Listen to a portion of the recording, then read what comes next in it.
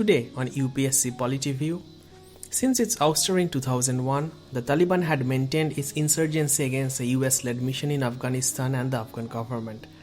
As US troops had withdrawn in 2021, the group had rapidly expanded its control, positioning itself for a return to power.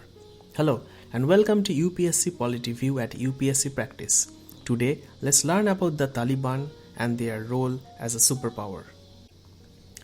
The Taliban is a predominantly Pashtun or Islamic fundamentalist group that ruled Afghanistan from 1996 until 2001, when a US-led invasion toppled the regime for providing a refuge to Al-Qaeda and Osama bin Laden.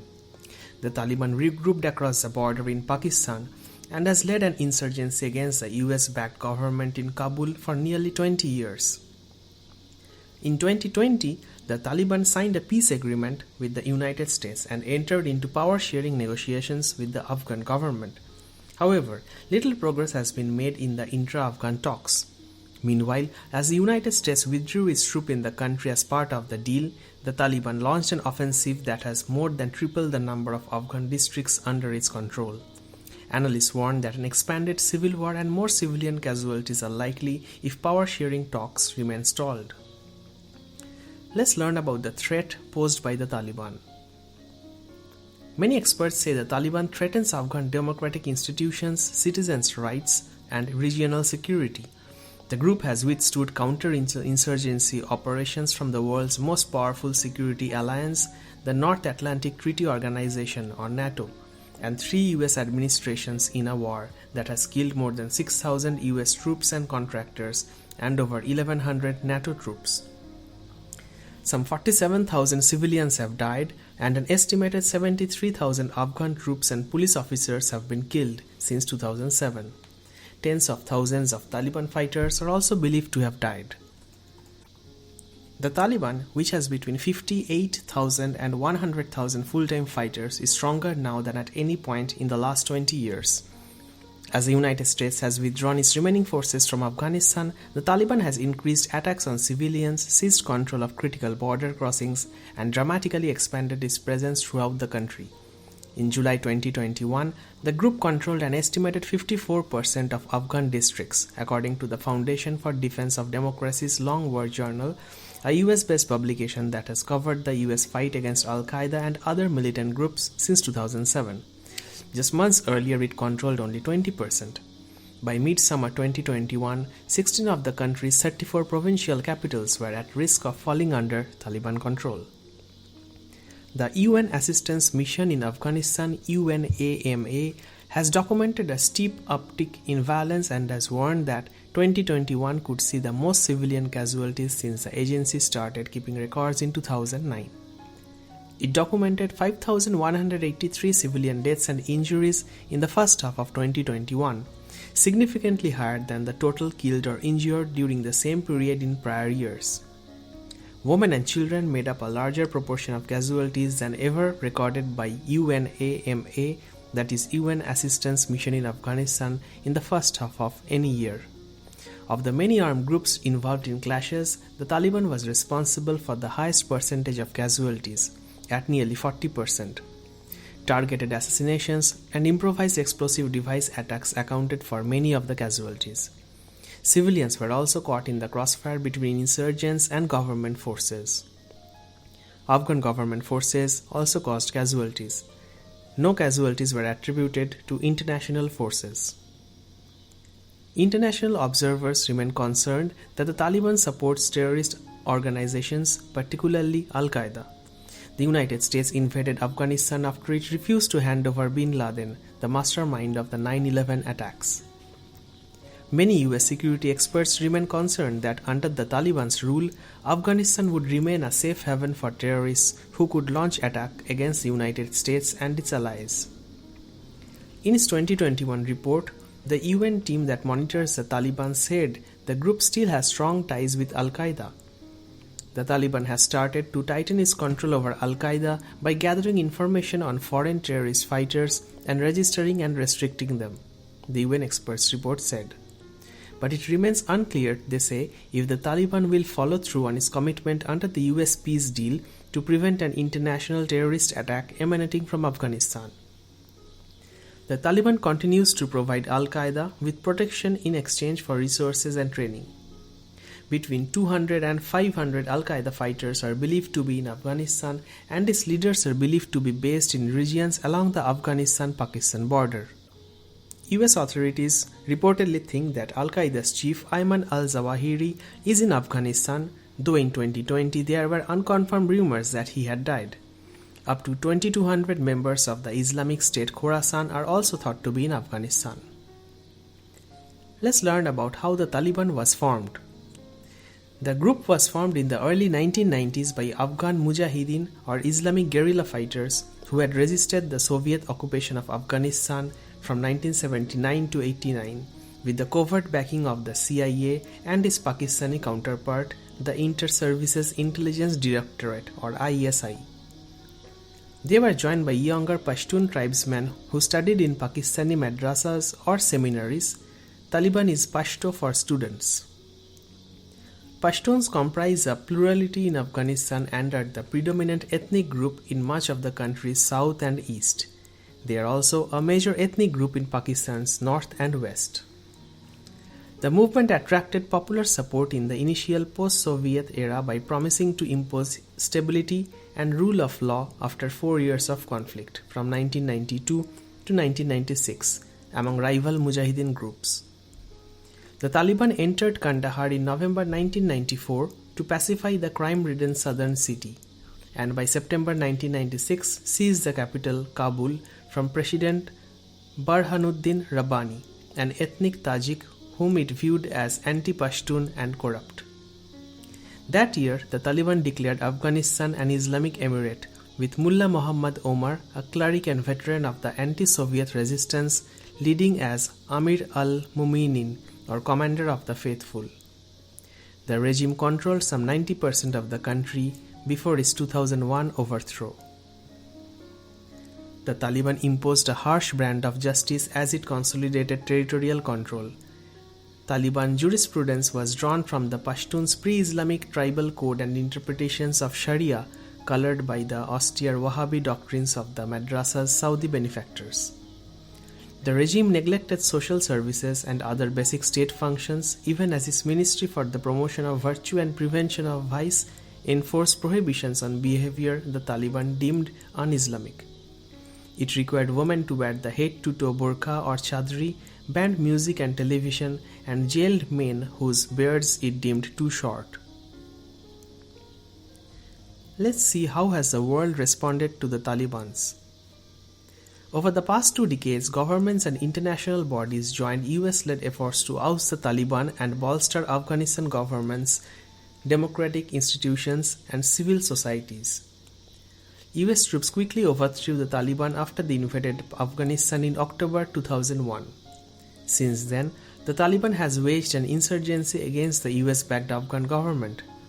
The number of US troops in Afghanistan peaked at around 100,000 in 2011. In the 2020 US-Taliban agreement, the United States committed to withdraw all US and NATO troops from Afghanistan if the Taliban carries out commitments that include cutting ties with terrorist groups. President Biden has said he plans to have all troops removed by August 2021. NATO assumed leadership of foreign forces in 2003, marking its first operational commitment outside of Europe. At its height, NATO had more than 130,000 troops from 50 nations stationed in Afghanistan. The UN Security Council imposed sanctions on the regime for harboring Al-Qaeda in 1999 and expanded the sanctions after 9/11. They target Taliban's leaders' financial assets and ban them from most travel. The Security Council also imposed an arms embargo on the Taliban. The United States and the European Union introduced additional sanctions. Months after the US invasion, UN member states committed to supporting Afghanistan's transition away from Taliban rule. The United States and NATO spearheaded reconstruction efforts. Dozens of countries also provided assistance to Afghanistan, with 75% of the government's public expenditures currently covered by grants from international partners, according to a 2019 World Bank report. During a conference in 2020, donors pledged a total of $3.3 billion in aid. The Taliban is now under investigation in the International Criminal Court for alleged abuses of Afghan civilians, including crimes against humanity carried out since 2003. US and Afghan forces are also being investigated for alleged war crimes. So who leads the Taliban? Analysts believe that the Taliban's leadership, primarily based outside the country, continues to maintain control over most of its fighters and officials throughout Afghanistan. However, the UN Taliban monitoring team said that internal disagreements, mainly over the peace process and talks with the United States, have grown more pronounced. The Leadership Council is called the Rahabari Shura and is better known as the Quetta Shura, named for the city in Pakistan where Omar and top aides are believed to have taken refuge after the US invasion. The council makes decisions for all political and military affairs of the emirate, according to the UN Monitor. It is currently led by Maulawi Haibatullah Akhundzada. The leader is supported by deputies, currently Mullah Muhammad Yaqub Omar's son, Taliban co-founder Mullah Abdul Ghani Baradar, and Sirajuddin Haqqani, who is also acting head of the Haqqani Network, a militant group in Afghanistan's southeast and Pakistan's northwest with close ties to the Taliban, Al-Qaeda, and Pakistan's ISI. The Leadership Council oversees various commissions similar to the ministers in place prior to the Taliban's overthrow, and administrative organs through which the Taliban operates a shadow government. The commissions focus on areas including economics, education, health, and outreach.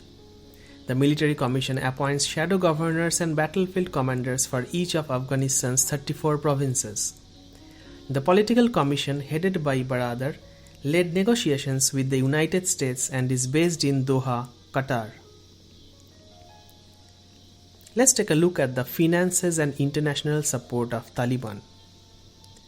The Taliban primarily earns revenues through criminal activities including opium and poppy cultivation, drug trafficking, extortion of local businesses, and kidnapping, according to the UN Monitoring Group. Estimates of its annual income range from 300 million to 1.6 billion US dollars. According to one estimate, it earned around 460 million from opium poppy cultivation in 2020. The Taliban also levies taxes on commercial activities in its territories, such as farming and mining. As it has gained control over more border crossings, its customs revenue has climbed to thousands of dollars per day. It has also supplemented its income with illicit mining and donations from abroad, despite strict UN sanctions. Many experts say the Pakistani security establishment continues to provide Taliban militants sanctuary in the country's western tribal areas to try to counter India's influence in Afghanistan. Islamabad dismisses these charges. Do the Afghans support the Taliban? For years after its fall from power, the Taliban enjoyed support. The US-based non-profit organization Asia Foundation found in 2009 that half of the Afghans, mostly Pashtuns and rural Afghans, had sympathy for armed opposition groups, primarily the Taliban. Afghan support for the Taliban and allied groups stemmed in part from grievances against public institutions. But in 2019, a response to the same survey found that only 13.4% of Afghans had sympathy for the Taliban. As intra-Afghan peace talks stalled in early 2021, an overwhelming majority surveyed said it was important to protect women's rights, freedom of speech, and the current constitution. Around 44% of Afghans surveyed said they believed that Afghanistan could achieve peace in the next 2 years. So what's next for the Taliban? Little progress has been made since the Taliban signs a peace agreement with President Donald Trump administration in early 2020 and agreed to enter into its first direct peace talks with the Afghan government. Taliban negotiators refused to attend the UN-backed peace conference in April 2021, and the group has not shared its roadmap for a political settlement. But spokespeople have said Taliban leaders remain committed to the negotiations. The Taliban claims that it wants to reach a political settlement through peaceful means and asserts that in most cases it did not use violence to seize Afghan districts in recent months. Afghan officials have expressed doubt about these statements. Meanwhile, the Taliban has sought to boost diplomacy with countries in the region such as China and Russia. If intra-Afghan discussions regain momentum, many issues need to be resolved, including how power will be shared with the Taliban, what will happen to Afghanistan's democratic institutions and constitution, and how women's, LGBTQ+ individuals and religious minority groups' rights will be protected. Taliban representatives have said they would respect women's rights under Sharia but have given few details on what doing so would look like in practice. Questions also remain over whether Taliban fighters will be disarmed and reintegrated into society and who will lead the country's army. The Taliban wants to establish an Islamic government in Afghanistan, ideally as an emirate, which would be led by a religious leader and draw its legitimacy from clerics. Afghanistan is currently an Islamic republic which is led by a president and draws legitimacy from universal suffrage and accordance with international laws and norms. Analysts disagree on the Taliban's motives and what the group seeks from intra-Afghan negotiations. Some experts and Afghans feared that the US-Taliban agreement was just an attempt to remove foreign forces from Afghanistan and that it could spark a new conflict that would eventually allow the Taliban to regain control. For the Taliban, peace doesn't mean an end to the fighting, it means an end to the US occupation. Says Bill Roggio, editor of the Long War Journal. After the United States is gone, the Taliban will work to settle its course and re-establish the Islamic Emirate. Thank you very much for listening to this discussion on the Taliban. For more such discussions, get the UPSC Practice app from the App Store.